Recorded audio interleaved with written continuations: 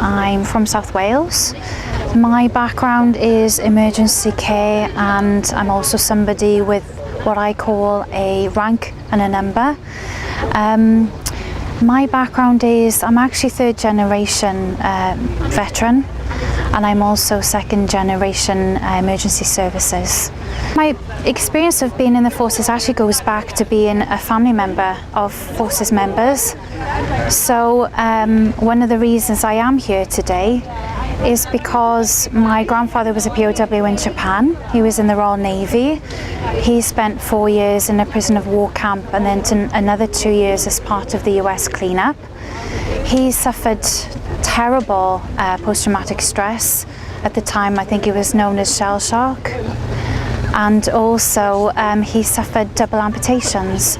So my first memories of a family member of forces actually comes from about 18 months old, 2 years old, of hearing my grandfather at night crying because of the lived experiences that he suffered from the prisoner war camps, but also the injuries he sustained with his amputation wounds.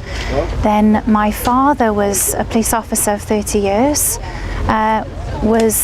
had 2 police commendation awards for bravery in his service, was actually injured on duty. He suffered post-traumatic stress as well as physical medical conditions. And then I was actually injured as a nurse on duty in accident and emergency, and suffered terrible maxillofacial injuries, dental injuries, and also stress-related injuries after that. In terms of where we're at the moment in 2017, and I'm also a PhD student looking at the lived experience of veterans injured in conflict, but also those with mental health issues as well as the physical issues of conflict. One of the biggest gaps that I'm finding, in particular in Wales, is there is so much signposting going on. And there is nowhere in Wales that we have for acute services. As an A&E nurse, the amount of times I've seen veterans come into A&E that needed desperate help, they were on the verge of committing suicide or have actually tried but failed at the time, then being left in A&E for 8 to 12 hours without any support, having to wait for crisis teams who were under pressure with the NHS mental health services at this moment in time, being sent home to community veterans or community psychiatric services who also are under pressure. They could be waiting 6 weeks to 2 months to be seen by primary mental health services in the community, but a lot of them get lost within the system.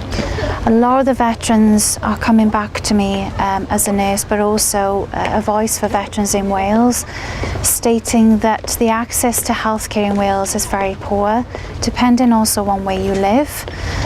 Also trying to access acute mental health services in Wales, there is a significant gap.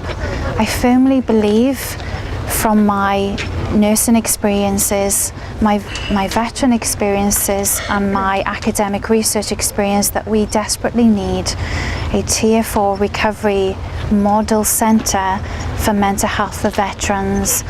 I am also finding that there is a more significant gap now for young dementia veterans who are coming forward with problems due to post-traumatic stress. A lot of them with drinking problems, drug-related issues, are ending up with Korsakoff's, young dementia.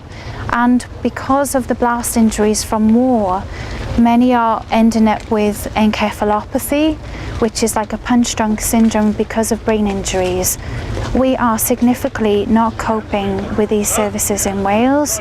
We have no specialist unit for young dementias for veterans, and I feel that to mix veterans with civilian personnel and even blue light services with civilian personnel is dangerous, because when you're in that fight or flight mode of trauma, even with young dementia as well, they will go back to fight mode And so it's the same with emergency services. With what they've seen, we desperately need somewhere in Wales that can cater for emergency personnel and military, for them to be able to recover properly. And at the moment in the UK, we don't have this service.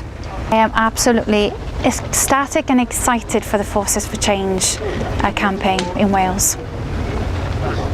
So I've been trying to campaign for blue light services and veterans services in Wales for at least 10 years.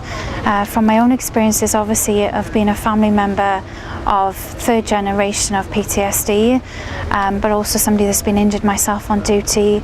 I certainly didn't get any support or care after I was injured as a nurse, and I am so excited that now the government and major charities in Wales are now starting to recognise the need for more support and care after injuries.